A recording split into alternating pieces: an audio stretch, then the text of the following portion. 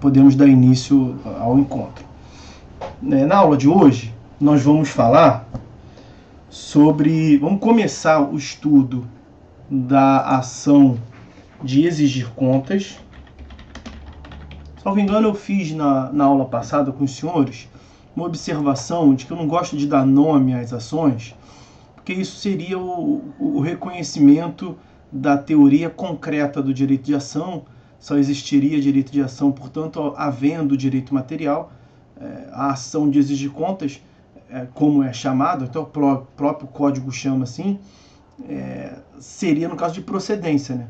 Porque no caso de improcedência é a declaração da inexistência do direito. Então, há quem diga em sede doutrinária que há um equívoco em dar nome para as ações, ação de cobrança, ação de despejo, é direito de ação em que se formula um pedido de contas, exibição de contas. Se formula um pedido condenatório, mas também não sejamos tão tecnicistas assim, como em geral na prática se afirma, ação de exigir contas. Falaremos dela, iniciaremos por ela que está prevista ali a partir do artigo 550 até 553, mais precisamente. Está lá, o capítulo 2º, dentre os procedimentos especiais, artigo 550 e seguinte. E provavelmente a gente vai começar e concluir a ação de exigir contas e vamos começar a próxima das ações especiais, que é as ações possessórias. E aí vamos prosseguir de acordo com o que der para falar nesse encontro de hoje. Se correr tudo bem, a gente conclui as ações possessórias também, senão a gente termina na próxima aula, que tem bastante coisa para falar sobre as ações possessórias, tá bom?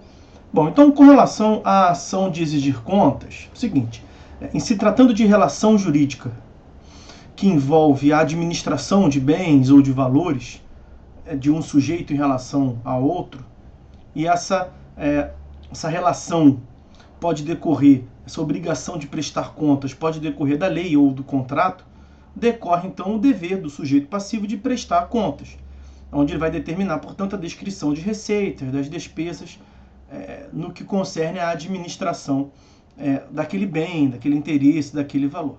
E aí, havendo conflito de interesses quanto ao dever de prestar contas e eventual saldo remanescente ou acertamento de contas no sentido econômico, vai ser o caso, portanto, de ingressar com essa ação para se prestar contas. No Código de 73, nós tínhamos a ação de prestar contas, a ação de exigir contas e a ação de prestar contas. Veja que no Código de 2015 só subsiste a ação de exigir contas, de modo que a conduta voluntária do devedor, quando se diz aqui devedor, não é devedor no sentido usual de dever dinheiro, não.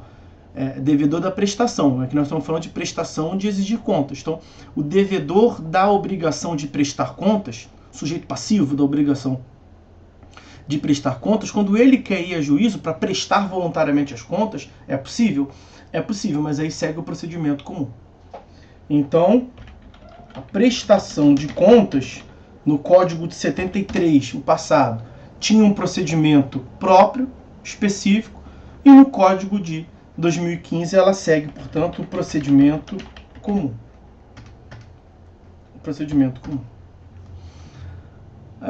O cabimento da ação de exigir contas, ele é amplo, né? Sempre que da relação jurídica decorrer uma análise e consideração com relação a acerto de crédito e débito que um sujeito exerce em nome de outrem, haverá o cabimento da ação de exigir contas. Vou dar aqui alguns exemplos para os senhores. Por exemplo, o dever de prestar contas por meio do sócio-gerente de uma pessoa jurídica. O dever de prestar contas pelo mandatário, aquele que recebe um mandato e uma concessão de poderes para atuar em nome de outrem. o dever de prestar contas do tutor, do curador, tudo isso enseja o cabimento da ação de exigir contas. O STJ tem um entendimento que é bom, eu não sei o número de cor, eu anotei aqui, tenho anotado no meu caderninho de julgados de modo geral, que é o recurso especial RESP número 1.293.558 Paraná, que pela Corte Especial do STJ ficou definido que não há interesse de agir por... Vocês sabem que o interesse significa a utilidade da prestação jurisdicional, né?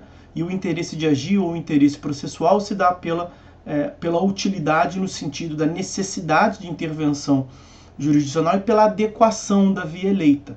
Então aqui ele entendeu que não era o caso, não haveria interesse de agir por inadequação da via eleita, então um caso excepcional em que não cabe ação de exigir contas, quando a questão trata de contrato de mútuo em financiamento. Porque nesse caso a obrigação, o dever do mutuante, ele cessa com a entrega da coisa. E aí não há, portanto, a administração ou gestão de bens alheios, mas um empréstimo. Tá? Então, o cabimento da ação de exigir contas se dá nesse contexto de administração /gestão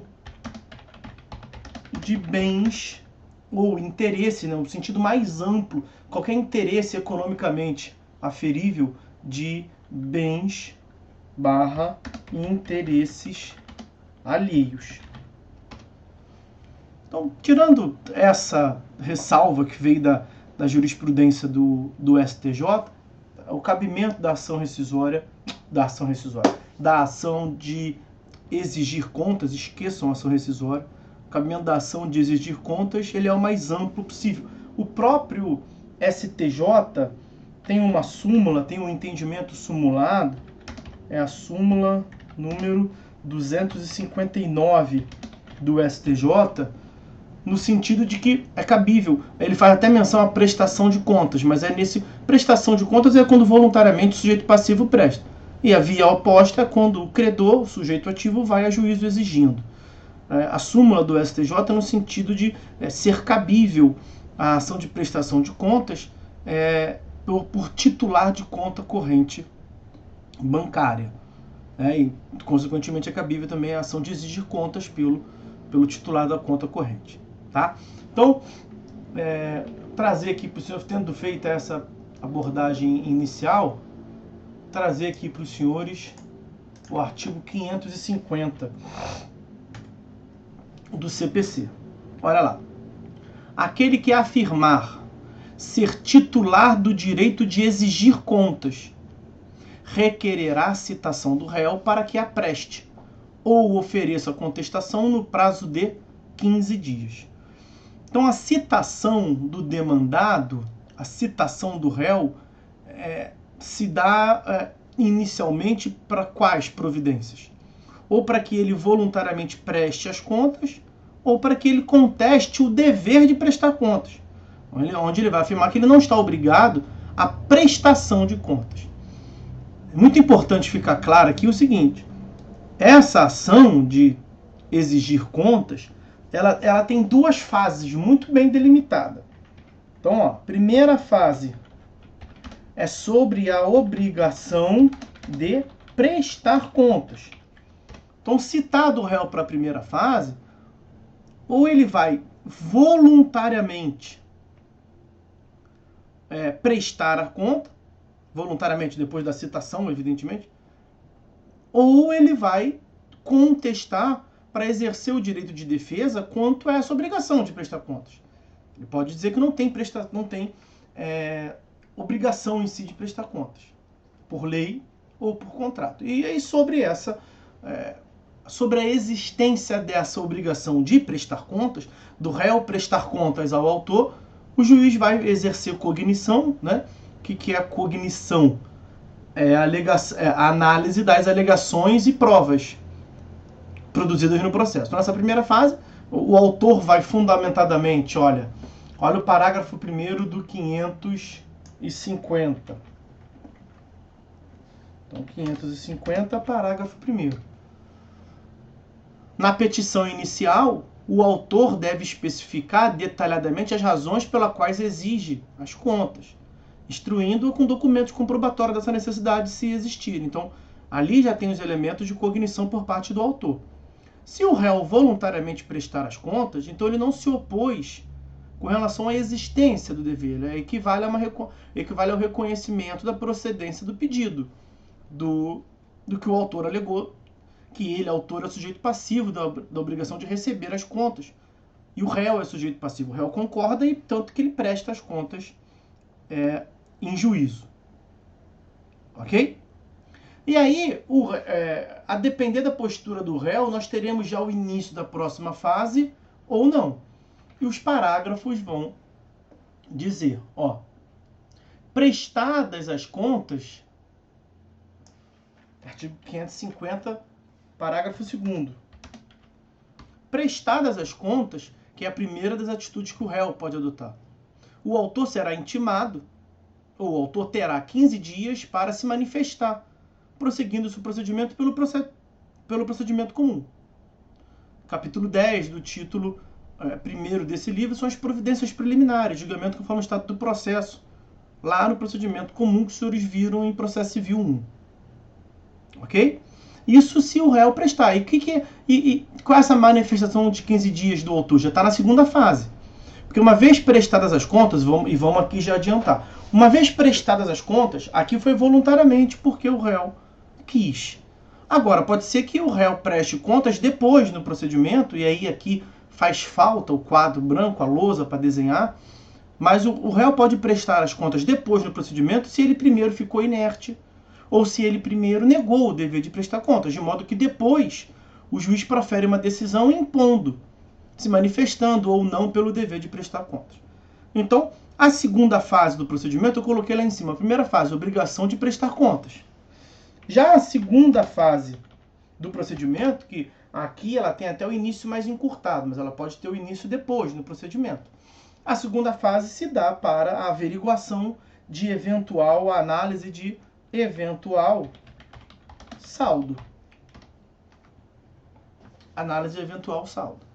Agora, esse saldo pode ser a favor do autor, que é o sujeito ativo de receber as contas prestadas, e aí pode o réu ter gastado menos dinheiro, ou não ter feito nenhum tipo de ajuste do que gastou, do que recebeu, de modo que o autor tenha a receber uma quantia em devolução.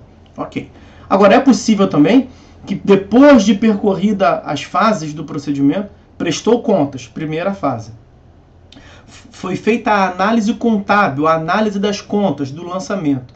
Pode-se chegar à conclusão que o autor deve ao réu. Que o réu gastou mais do que recebeu. E aí?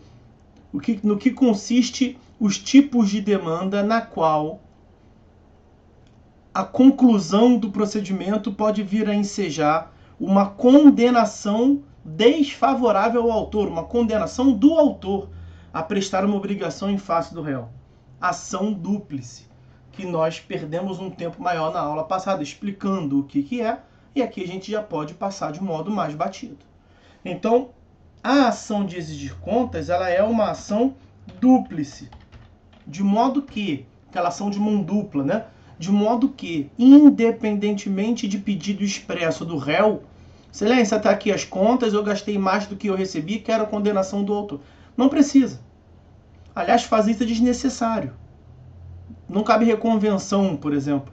Porque o procedimento já prevê, na sua estrutura, a eventual condenação do autor a ressarcir valores pagos a maior pelo réu. Isso é assim porque ela é de uma natureza dúplice, tá? Bom,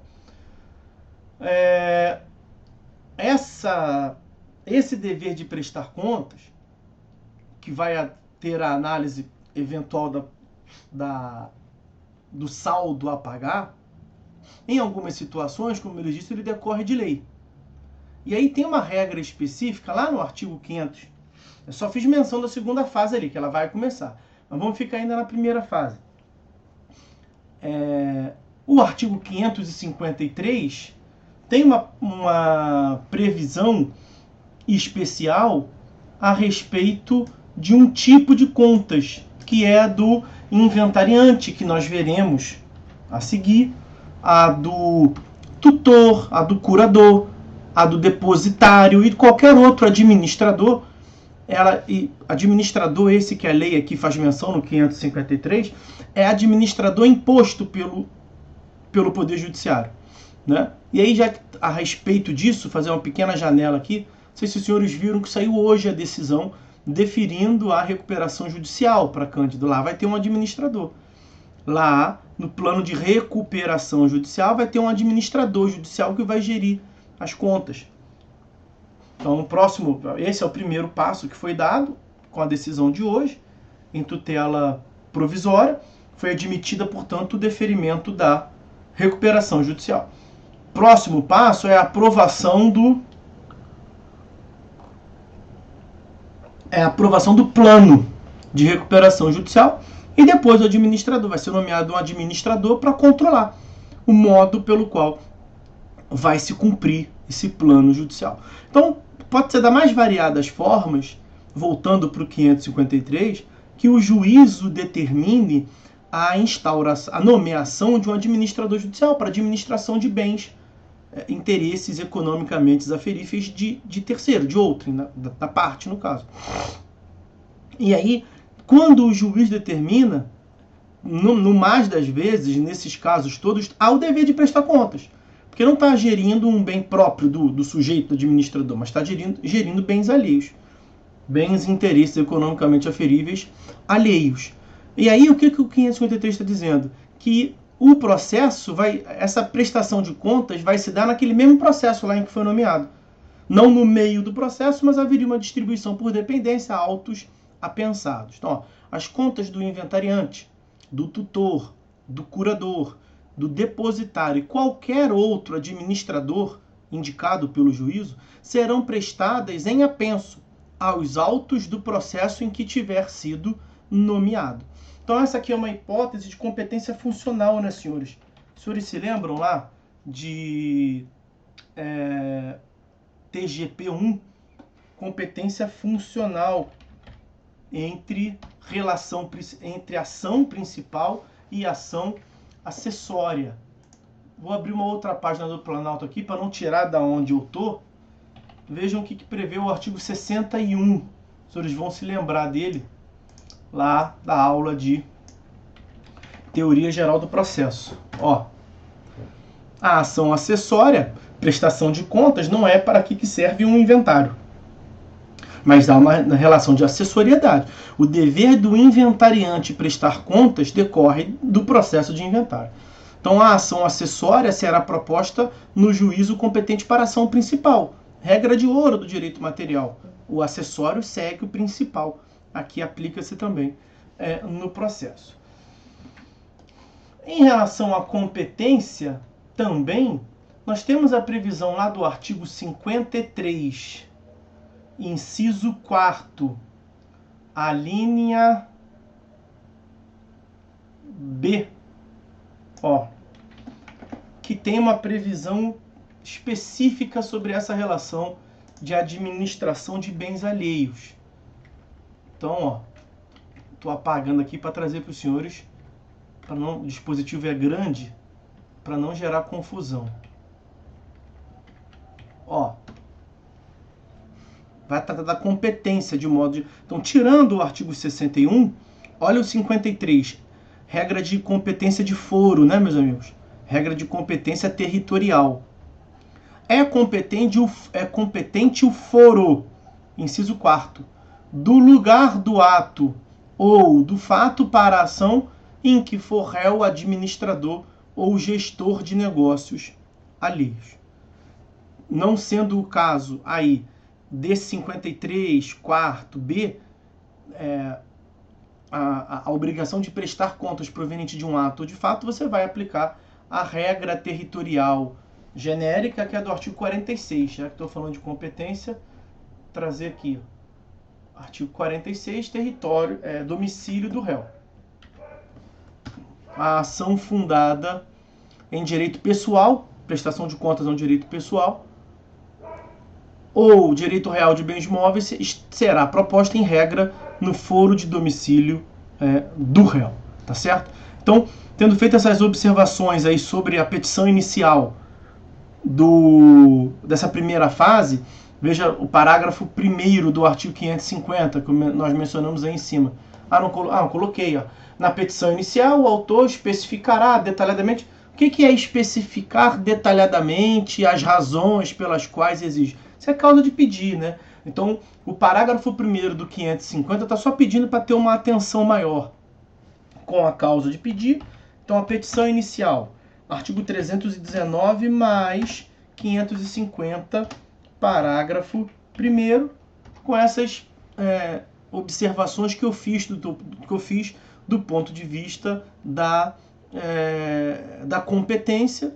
Então, aí os dispositivos relacionados à competência, tá? Bom, mudou aqui a tela para mim, tá todo mundo aí? Acho que ativaram a câmera aí, ó. Carlos, acho que você ativou a câmera, companheiro. Vê aí. Acho que foi... Achei até que... Você quer falar alguma coisa, Carlos? Tá tudo tranquilo? Estão todos me ouvindo, não? Sim. Tá tudo tranquilo? Então tá. Acho que continua a câmera do Carlos lá ativada por alguma razão qualquer. Mas vamos lá, vamos seguir. Então, vai ser formulado um pedido com a especificação do porquê que o autor entende que o réu tem que prestar contas. Já vimos que o réu pode prestar contas ou... Vamos voltar ao 550. Ó. Então, deixar mastigadinho para vocês aqui. A primeira fase.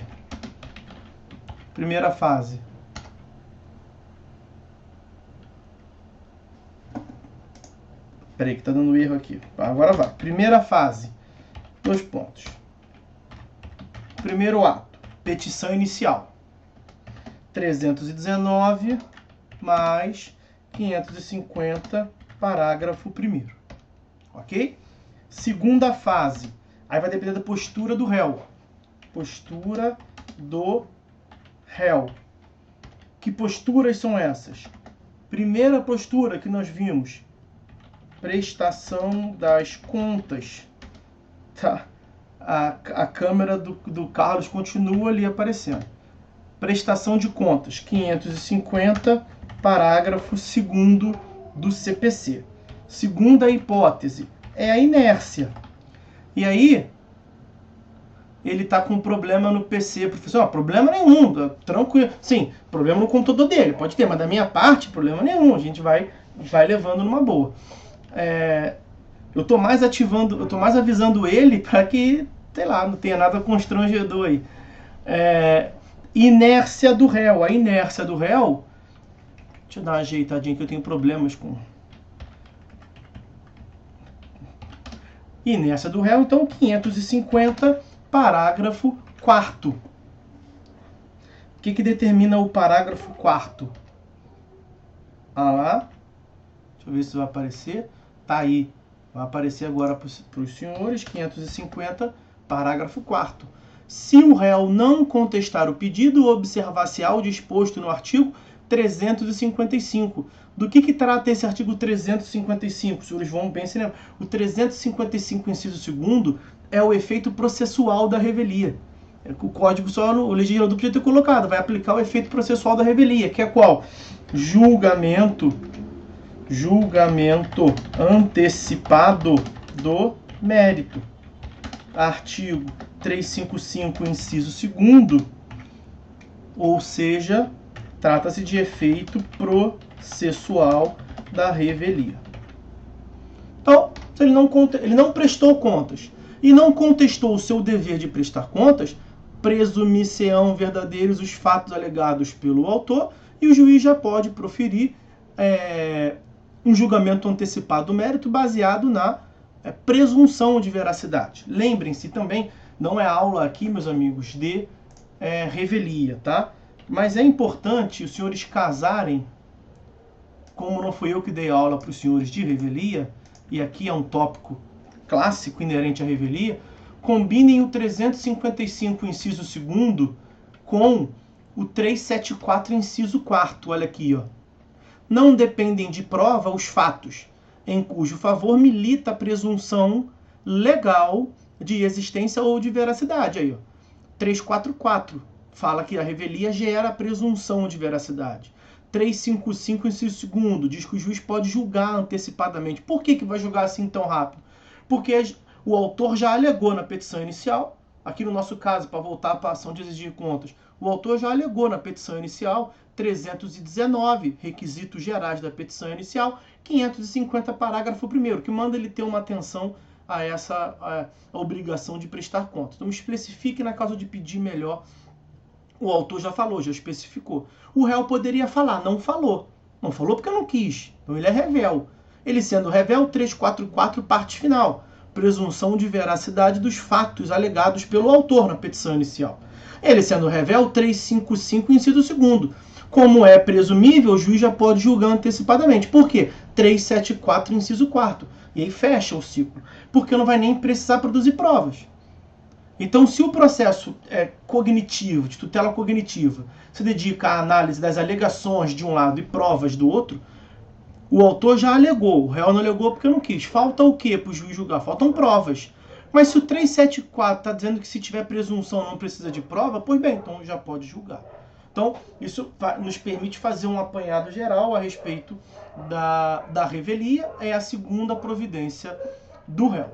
E a terceira providência que o réu pode tomar nesse sentido é a de contestar. Deixa eu ver aqui. É a de contestar o dever. Então, a terceira providência, C é a contestação a respeito do dever de prestar contas. E ele vai contestar e vai produzir a sua prova também, e o juiz vai decidir a respeito da existência da obrigação de prestar contas. Tá certo? Então, parágrafo 5º.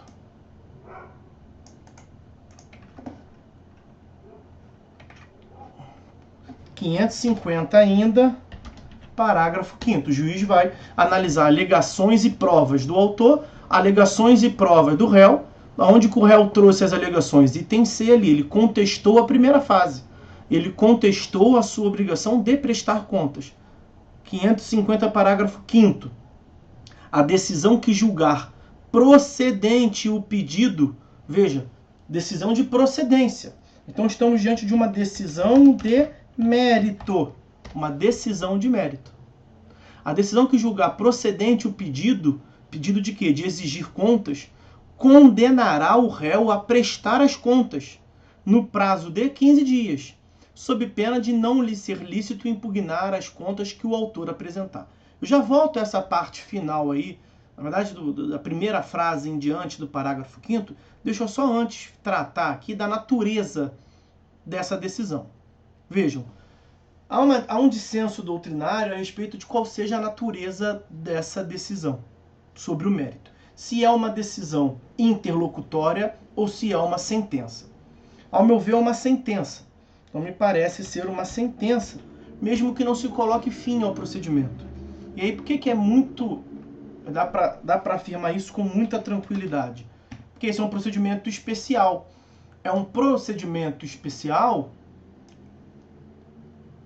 que tem duas fases, como eu disse para os senhores. Então, a primeira fase ela é extinta por sentença. 203. Os pronunciamentos do juiz consistirão em sentenças, decisões interlocutórias e despacho. Esquece despacho, porque despacho não tem conteúdo decisório nenhum. É justamente o que prevê o parágrafo 3º desse 203. Aí o parágrafo 1º define o que é sentença. E olha como é que ele começa. Ressalvadas as disposições expressas dos procedimentos especiais. Então essa definição de sentença do parágrafo 1º do artigo 203 é para todo e qualquer tipo de sentença, menos o dos procedimentos especiais. E ele vai dizer lá, sentença é o pronunciamento por meio do qual o juiz, com fundamento no 485 e no 487, então decisão, tem uma decisão ali, ou que não resolve o mérito ou que resolve o mérito. Continua, põe fim à fase cognitiva do procedimento, bem como extingue a execução. Nesse caso, não vai colocar fim ao procedimento cognitivo. Por isso que alguns sustentam tratar-se de decisão interlocutória. Mas, o parágrafo 1º, logo no início, ele diz que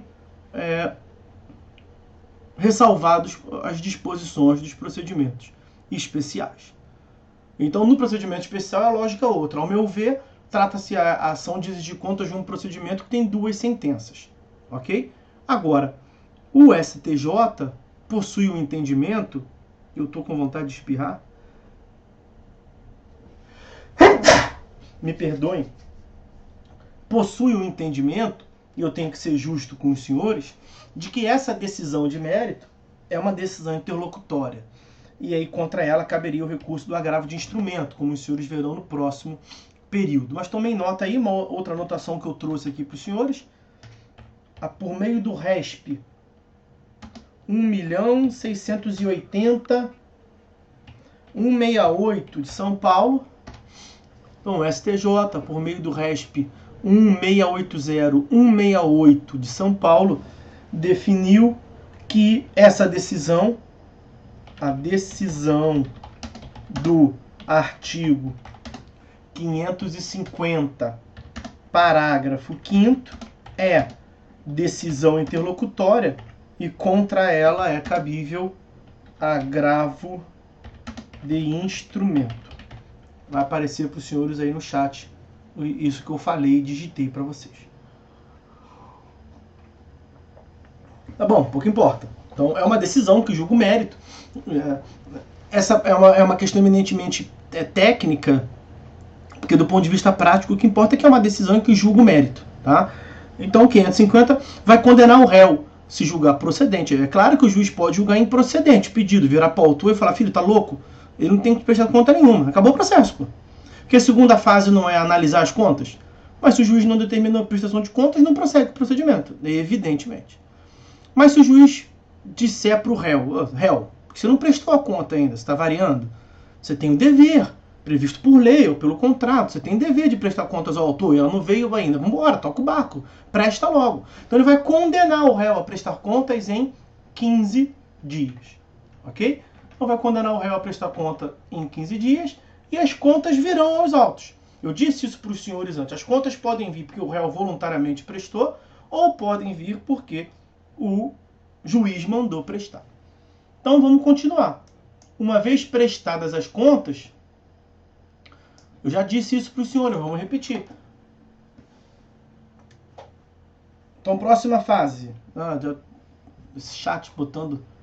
Segundo ato é a postura do réu. Terceiro ato do procedimento. Prestação das contas. Prestadas as contas, vamos começar a segunda fase. A segunda fase, como eu disse para os senhores, é justamente a análise do acerto ou do equívoco das contas prestadas. Tá certo? Então, as contas foram prestadas pelo réu. Aí pouco importa se é porque ele quis prestar ou porque o juiz mandou ele prestar. O que importa é que, sendo as contas prestadas, o autor vai ser intimado para se manifestar sobre as contas. O autor pode impugnar por simples petição. O autor vai atravessar uma petição dizendo se concorda ou não concorda com os lançamentos e com as provas formuladas pelo réu, pelo demandado. Tá certo? O parágrafo 3º diz que a impugnação pelo autor das contas que o réu prestou deve se dar de modo especificado e fundamentado, com referência expressa ao lançamento questionado. Aqui é uma questão contábil, tipo um extrato da sua conta corrente, Tipo um extrato. Você tinha o valor X, saiu o valor Y para a pizzaria tal. Entrou o valor W do cheque tal. Saiu o valor Z, pagamento de cartão de crédito. Então tem os lançamentos ali, créditos e débitos, que o réu trouxe, e o autor vai sobre ele se manifestar. Excelência, ó, abre o olho aí, olha aí, o lançamento que ele colocou ali, ó, que ele gastou 500 mil reais para pagar um tributo que era de minha responsabilidade. Olha o comprovante de pagamento. Tá 480, então já está querendo embolsar 20 conto. É esse tipo de análise, evidente, que se faz. Se concorda ou não com o lançamento, se está ou não está aprovado o lançamento que é formulado. Como todo processo, cognição é a análise das alegações e provas. O que o cara está alegando não necessariamente é aquilo que está provado. Vai ter uma discussão, então, que é concentrada aqui no acerto ou na prova ou não estar provado ou não estar provado, os lançamentos do ponto de vista contábil que se apresenta em juízo. Tem uma consideração importante que é o seguinte,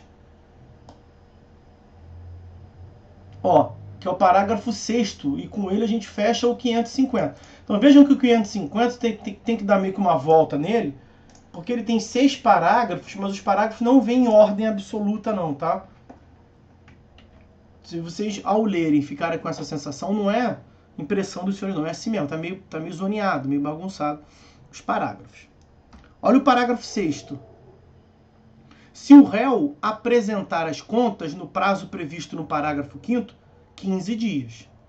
Seguir-se-á o procedimento do parágrafo 2º, que é qual? O autor ser intimado para em 15 dias também se manifestar sobre as contas, os lançamentos prestados, ok? Agora, o que o parágrafo 6º, segunda parte, está dizendo? A parte final do parágrafo 6º.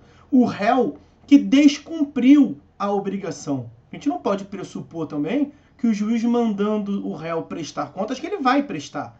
É o que o parágrafo 6º está dizendo. Se o réu condenado a prestar contas em 15 dias queda-se inerte, ele não presta as contas, o que vai resultar disso? O que decorre disso? Decorre-se qual é a penalidade, vamos assim dizer, processual. E aí o parágrafo 6º vai dizer na parte final. Basicamente é o seguinte, quem vai prestar contas é o autor, então. Caso contrário, qual é o caso contrário? Se ele não cumprir nos 15 dias, o autor apresentá-las-á, que mesóclise, hein? No prazo de 15 dias, podendo o juiz determinar a realização de exame pericial, se for necessário, alguma perícia contábil. Essa perícia contábil, o juiz, nós temos o sistema de prova da persuasão racional, os senhores sabem disso, né? O livre convencimento motivado. Tendo o réu prestado contas ou não, tendo ele ficado inerte, se houver algumas hipóteses lá do 345 do CPC, em que não incide revelia, em qualquer caso, o juiz pode determinar a produção dessa prova pericial. Do jeito que ela está colocada aí, parece que é uma exclusividade do fato da qual o réu condenado a prestar contas não presta. Não, mas não. É em toda e qualquer hipótese da que nós estamos vendo aqui. As linhas A, B e C. Se o réu prestar contas voluntariamente, as partes vão discutir sobre o acerto ou não dos lançamentos. O juiz pode determinar a perícia contábil? Evidentemente que pode. Então, a posição topográfica desse dispositivo dá uma impressão equivocada para os senhores. Mas o que o parágrafo 6º está dizendo, então? O réu tem 15 dias para prestar contas. Foi o parágrafo 5º que disse isso. Ele prestou as contas. Então, vamos agora para a segunda fase discutir o acerto ou o equívoco das contas. Ele não prestou. Se ele não prestou, a batata quente passa para o autor. Mas, autor, se deu bem. Então, tu tem um lançamento para fazer ao seu dispor aí. Você, autor, prestar contas do réu em nome dele, como se fosse isso. E veja, ele não pode, o réu não vai poder amanhã ou depois discutir. O máximo que vai acontecer é se o juiz perceber que o autor também sacaneou, botou alguma coisa ali errada, determinar a produção de prova pericial. Então vamos ao 551. O 551 prevê que as contas devem ser apresentadas de um modo adequado. O que é um grande ganho? Por quê? Porque no Código de 73 havia a previsão expressa no sentido de que as contas deveriam ser prestadas de um modo específico, que é um tipo de lançamento específico que era mais complexo um pouco. Deixa eu ver se eu lembro aqui. Contas mercantil. No CPC de 73, havia previsão expressa no sentido de que as contas deveriam ser prestadas na modalidade mercantil. Contas prestadas na modalidade mercantil. Aí você me perguntaria, professor, mas o que é contas prestadas do modo mercantil? Eu sei lá te dizer. Isso aqui é a matéria de contabilidade. Aferição contábil de lançamentos e despesas. Então, você vai ter que contratar um profissional contábil, a depender do tipo de contas que está. Porque se você recebeu R$200, gastou 50 com uma coisa, 150 com outra, uma folha de papel você coloca. Tem tipo de prestações contábeis, de prestação de contas do ponto de vista contábil, que é absolutamente complicado de se fazer. Não é um advogado que vai fazer isso, é um profissional da área da contabilidade. E lá tem vários tipos de contas. Umas que são mais detalhadas, outras que são mais simplificadas. O código anterior exigia uma prestação de contas bem detalhada, que era mercantil, que burocratizava demais o processo. Uma exigência formal até desnecessária. Havendo qualquer tipo de... Veja, porque aqui é prestação de contas pela parte. Se for uma questão simples, presta-se contas simples, e outra parte impugna simplificadamente. E vai convencer o juiz ou não. Se o juiz achar que precisa de algo mais complexo, ele determina a perícia contábil. Aqui o Código de 73 já trazia a previsão da parte prestar de modo complexo, o que a doutrina criticava bastante. O 551 não faz isso. O 551 diz que as contas do réu serão apresentadas na forma adequada. O que é a forma adequada? Adequada é simples para simples, médio para médio, complexo para complexo. É isso. Especificando-se as receitas, a aplicação das despesas e os investimentos, se houver. Basicamente, no bom português é o seguinte: o réu, deixa eu te falar uma coisa. Tu tá mexendo num dinheiro que não é teu, ok? Ok. Então você gastou com o quê? Não tá aqui, você recebeu 1,5 milhão. Não tá com 1,5 milhão por quê? Porque eu investi tanto na Petrobras. Ótimo, prova. Porque eu paguei tanto de imposto em nome de outrem. Perfeitamente, prova. E por aí vai. Ok? Continua. Nós vimos que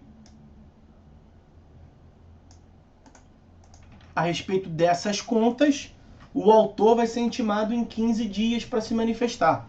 551, parágrafo 1º. Havendo impugnação específica e fundamentada pelo autor, o juiz estabelecerá prazo razoável para que o réu apresente os documentos justificativos dos lançamentos individualmente impugnados. Então é o seguinte: o réu apresentou contas, o autor divergiu, contrapôs e apresentou alegações que está errado. O réu tem 15 dias. É como se fosse, não é exatamente não, tá? Mas é como se fosse a réplica.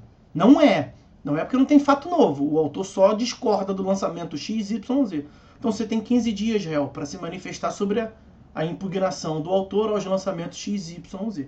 Aqui nós temos então a delimitação da controvérsia. Porque se o réu apresenta 150 itens e o autor controverte sobre 3 deles, então tá mel na chupeta, facilitou, né? Concordou sobre todos os demais, está discutindo sobre aqueles 3. E aí vai dar continuidade ao processo. Agora, lembra, já está acabando o procedimento. Agora é analisar alegações e provas de ambas as partes sobre o acerto ou equívoco das contas. Agora você lembra lá no 550, parágrafo 6º, que se o réu tem... Então, vou botar aqui, decisão da primeira fase que determina ao réu prestar contas em 15 dias. Ok? Ok, se o réu presta as contas, o autor é intimado para impugnar sobre ela em 15 dias e o réu é intimado para em 15 dias se manifestar sobre o que o autor impugnou. Vida que segue, o juiz vai julgar e vai acabar. Agora, não tem uma hipótese que é o inadimplemento dessa obrigação? Então, em 15 dias, o réu não prestou. Inadimplemento da obrigação de prestar contas. O que que gera? Joga a batata quente para o autor. Então, transfere a obrigação de prestar contas ao autor. Veja, aqui não é bem obrigação, que o autor não tem a obrigação, né? Então, transfere como faculdade para que o autor preste contas. Porque quando você coloca obrigação, parece que isso é ruim ao autor, né? Na verdade, não, é melhor para ele. Ele já está desconfiando que o réu não gastou todo o dinheiro, ele vai colocar lá os lançamentos que ele, autor, tem. Então, é essa a hipótese que nós estamos vendo. Aí, olha o que prevê o 551, parágrafo 2º. As contas do autor, mas o autor vai prestar contas, não estamos na ação de prestar contas, que é quando o autor presta contas, nós estamos na ação de exigir contas. Como é que o autor exige conta e ele mesmo presta? A hipótese que nós vimos. Quando o réu é condenado e não cumpre. As contas do autor, para os fins do parágrafo 5º do artigo 550, também devem ser apresentadas na forma adequada, já instruídas com os documentos justificativos, especificando-se as receitas, a aplicação das despesas e os investimentos, se houver, bem como o respectivo saldo. Então o autor já coloca assim, ó, o que o réu gastou foi isso, e não me devolveu a quantia de 200 mil que ele tinha para me devolver. E o juiz vai sobre isso se pronunciar. Então essas são as hipóteses possíveis do procedimento de exigir contas, tá bom?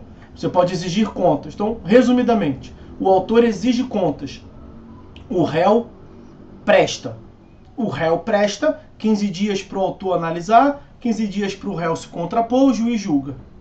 O autor exige contas, o réu não faz nada na primeira fase, então ele é revel.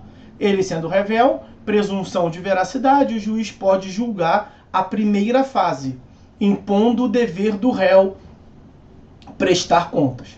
Ou a terceira hipótese, na primeira fase, quando o réu contesta. O réu contestando vai apresentar documentação a respeito do dever de prestar contas ou não, e o juiz vai julgar. O juiz julgando, seja porque teve revelia ou porque o réu contestou, o juiz vai dizer se deve prestar contas ou não. O juiz afirmando que não tem que prestar contas, acabou. Acabou a brincadeira. Acabou a brincadeira porque o processo é de prestar contas. Se o juiz julgar improcedente a obrigação de prestar contas, não tem a próxima fase. Como é que você vai analisar se as contas foram prestadas corretamente ou incorretamente se não tem contas? Então acabou. Se o juiz julgar procedente o pedido de que o réu preste contas, veja, por que eu acho que é sentença? Porque o mérito dessa ação, a pretensão do autor, consiste justamente em ver as contas prestadas. E se eventualmente tiver um saldo, ele quer o saldo também. Mas veja, sem ver as contas, o autor fica assim até sem saber se ele tem ou não tem crédito a receber. Então o mérito da primeira fase é a prestação de contas. Quando o juiz julga, julga por sentença. A segunda fase de análise das contas, ela é uma fase eventual. Nem sempre ela vai ter. Ok? Então o réu prestou contas. O réu prestou contas voluntariamente, primeira hipótese, ou porque o juiz mandou, hipóteses B, revelia, hipótese C, quando ele contestou, pouco importa.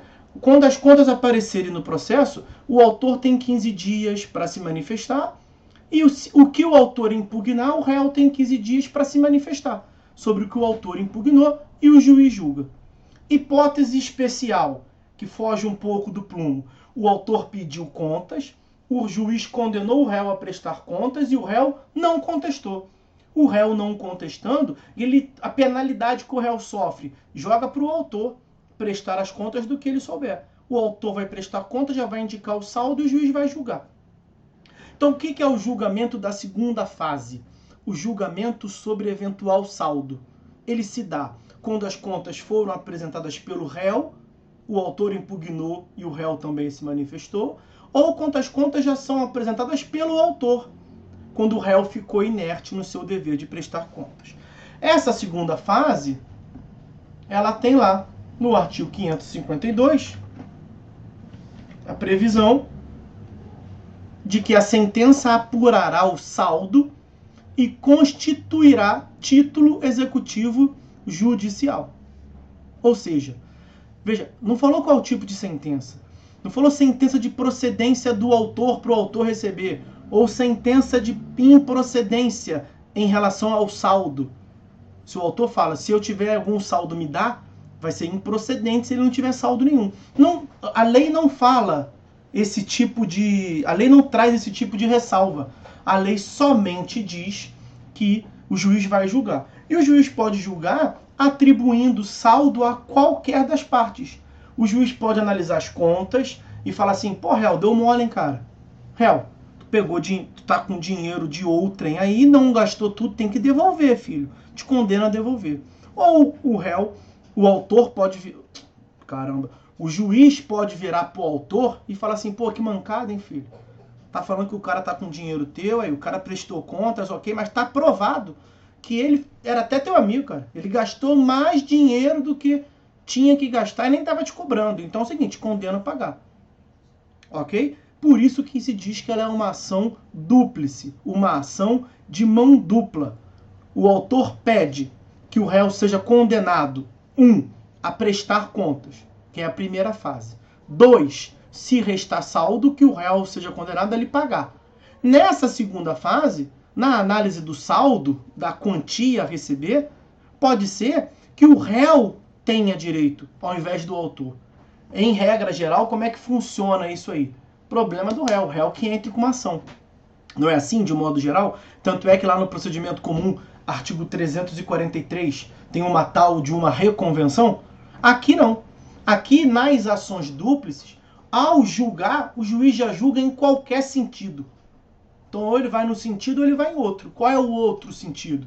É a possibilidade do autor ser condenado a pagar ao réu. É o que está no 552 implicitamente. Ok?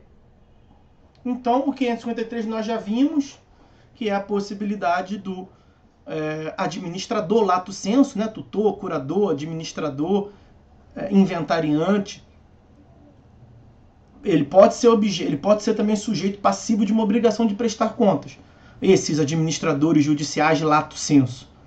E aí ele vai ter que prestar contas aonde? No próprio processo que nomeou eles. É só isso que o 553 diz. O parágrafo único do 553 vai dizer que se o cara tem que prestar contas e não presta, ele pode ser destituído. Porra, só que faltava, né?